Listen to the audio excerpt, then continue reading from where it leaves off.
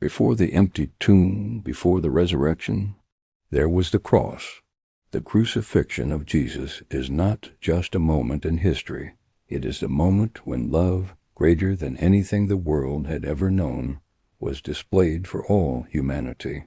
The night had been long. Jesus had been betrayed, arrested, and falsely accused. Now he stood before Pilate, the Roman governor. Pilate could find no fault in him. Yet the religious leaders stirred the crowd. "Crucify him! Crucify him!" they cried. Pilate hesitated. He knew Jesus was innocent. He even washed his hands before the people, as if to say, "This is not my doing." But with the sound of the crowd pressing in, he gave the order. And so the Son of God was sentenced to die like a criminal. Beaten and bloodied, with a crown of thorns pressed into his head, Jesus was forced to carry his own cross. Each step was heavy, each breath filled with pain. The streets of Jerusalem echoed with mockery and scorn, yet some wept as they watched. His body weakened under the weight, until a man named Simon of Cyrene was pulled from the crowd to carry the cross with him. Step by step, they climbed toward Golgotha, the place of the skull. At the hill, they stretched him out upon the wood.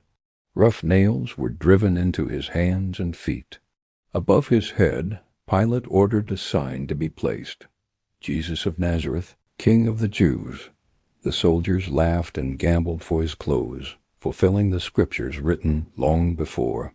On either side of him, criminals hung. Yet on the cross, Jesus, innocent, blameless, wholly suffered for the sins of the world. As he hung there, struggling for breath, he spoke words that shook the heavens. "Father, forgive them, for they know not what they do."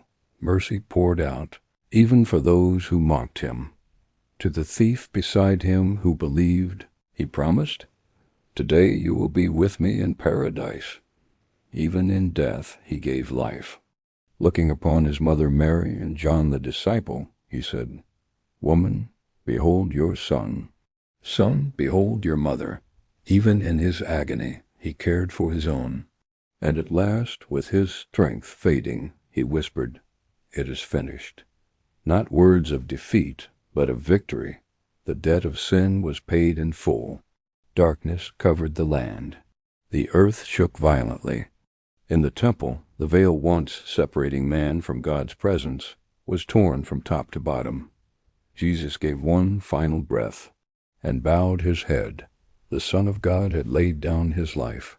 Joseph of Arimathea, a secret follower of Jesus, went to Pilate and asked for his body. Along with Nicodemus, they wrapped him in linen and placed him in a new tomb carved out of rock. A great stone was rolled in front. To the world it seemed like the end, but heaven knew it was only the beginning. The crucifixion of Jesus is the greatest act of love the world has ever seen. It shows us the weight of sin, the depth of God's mercy, and the price of our salvation. The cross is not a symbol of defeat, it is victory. For on that cross, Jesus conquered sin and opened the way for us to be reconciled to God. Friend, the cross was for you. Jesus bore the weight of sin so that you might find forgiveness, freedom, and eternal life. If this story moved your heart, share it with someone today. Like this video and subscribe to the Storyteller's Bible for more powerful Bible stories that reveal the truth of God as Word.